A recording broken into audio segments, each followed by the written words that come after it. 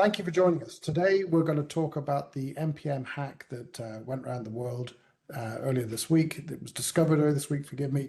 2 billion wallets potentially affected by this, and a lot of crying in crypto land about how the various wallets have been hacked. Our position is they've always been hacked and they're always going to be hacked. Why, Craig? Yeah, this the NPM supply chain issue, meaning the source code supply chain issue. That's a known problem. We've been writing. I mean, the open source community's been writing articles about this since, well, almost 10 years. Well, since NPM was a thing, really, that frameworks got complicated. Everyone's been waiting for this to happen. I've written papers about this happening in crypto, and when Peter Harpering and I did our investigation into how are we going to do wallets, we just, after writing our own wallets from scratch, we came to the conclusion we just cannot do browser wallets, and we can't touch anything. We can't let anything that's sensitive in crypto touch NPM stuff at all, and because we can't find any way to secure it. It's just a giant pile of accidents waiting to happen. It's crazy. And the fact that these are all known and every project out there still pushes trash like this to people glibly, it just shows how unserious crypto is, in my opinion. And in that sense, the saving grace that almost no activity actually happens on chain from actual wallets, because it's all locked up in exchanges where money isn't being treated as money. That's the only reason it hasn't been more widespread.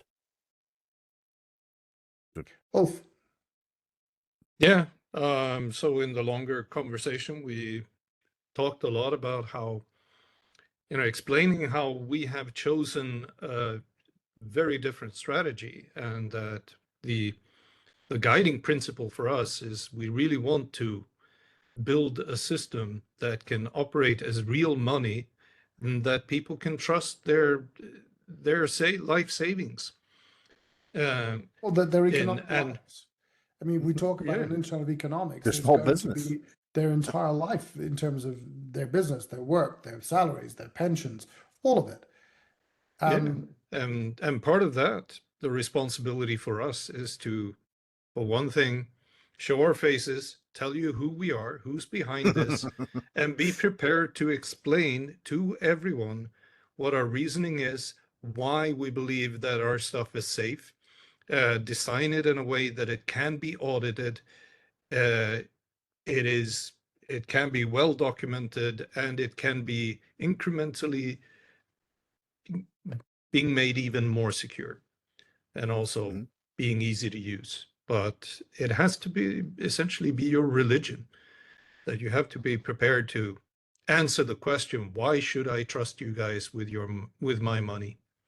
It's almost like a j'accuse, the famous letter, because the thing is, the whole industry has, this whole crypto industry, which is not blockchain and it's not cryptocurrency, has really tried to use the illusion of both to extract a lot of fiat money out of people who really are shy on hope. I think people generally around the world understand that money printing has devalued their lives and that all of their economic activity is taxed by rent-seeking intermediaries that control all of the fragmented infrastructure. We have no resource layer. That's what the Gajimaro fundamentally is.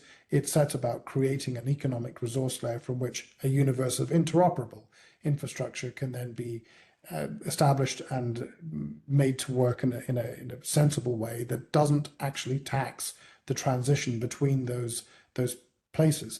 A little bit like we used to have the high seas, or once upon a time we had the open space.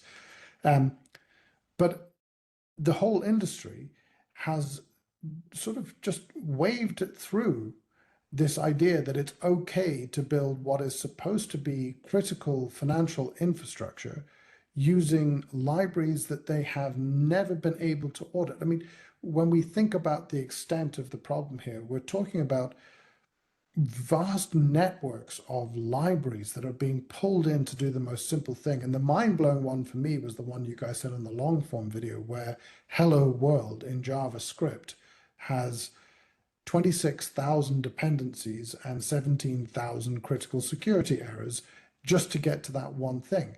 We talked about how when we were kids and we were starting out playing with computers, you had a 20 megabyte hard drive. Now there are almost no 20 megabyte programs. Why? Because they're using all these vast libraries to shortcut to actually doing something. But that is not how you build a new economic system. Not at all.